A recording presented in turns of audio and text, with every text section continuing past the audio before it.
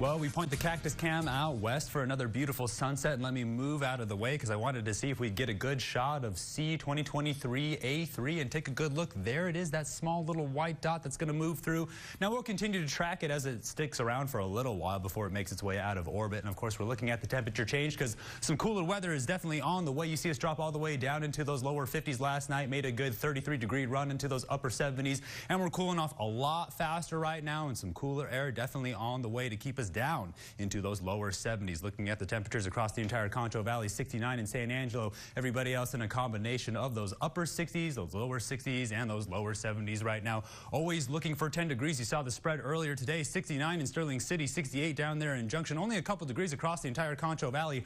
Earlier today, about 14 degrees, but that high pressure definitely weakening as we see a long wave trough making its way in from the east. We're looking at those dew points pushed down near the freezing point, of course, near Ozona down there at 34 degrees, while everybody else hanging out in those 40s. And the humidity indices have doubled from this afternoon, making their way up into the 30s and 40s across the entire region, and some areas holding on to about 50%. Now the upper level pattern showing us the strong long wave trough that's pushing all that cold air. That's where we're going to feel it cool off by Wednesday. Here's some ridging that could warm us up by tomorrow, but then a stronger long wave trough, a cutoff low, is going to make its way in by the weekend. That's where we can see some rain by Friday night football. Then we're going to see how long it sticks around. This is Monday by around lunchtime, so we could see prolonged rain showers, but hopefully not as intense as the last stretch of rainy weather we saw. Of course, the water vapor imagery is showing you where the cold air is sinking in from the Great Lakes, that small ridging that could warm us up by tomorrow. And then, of course, there's our moisture making its way in from the west coast and a little bit making its way down through Montana and North Dakota.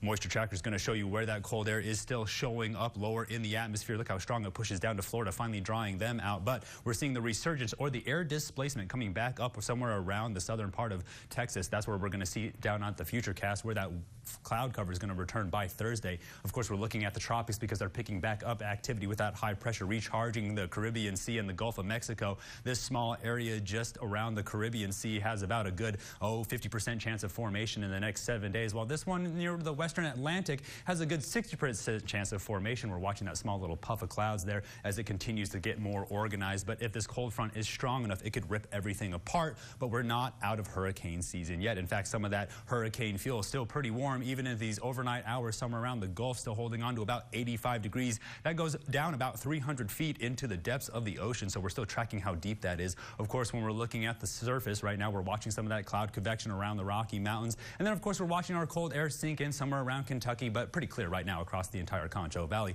Futurecast is going to show you where that cold air continues to sink in tomorrow, somewhere around those upper 90s. But as Tuesday night rolls around, you can actually see that cold air smashed into the humidity somewhere around the Gulf. That's where we're going to watch this moisture pull in from the south by Thursday morning, and then it slowly starts to make its way in. You see a lot of that rain shower activity. It'll make its way down into the Panhandle, and then we'll see when that rain shower activity begins because it's not going to end for a while. So tonight back down into those mid-50s, but it will probably get cooler than that. Then tomorrow, a pretty crisp start, really refreshing in the morning, but we're going to warm up pretty quickly into those lower 90s, and then we're going to cool off just as quickly. Then we're going to continue to see those temperatures drop. They're not going to warm up too much overnight. They're going to get into those 70s by Wednesday. Then as we continue our way through the week, we start to see that cloud cover build in. That's when we see that light rain shower activity. By Friday night football, it's going pretty strong, lasts all the way through the weekend. And as we begin that fourth week of October with Halloween only 17 days away, we could see it fight back and forth between those 70s and those 80s, while those overnight lows continue to hold strong in those upper 50s. Stay tuned. I'm over the break. You're watching KSAN News at 10.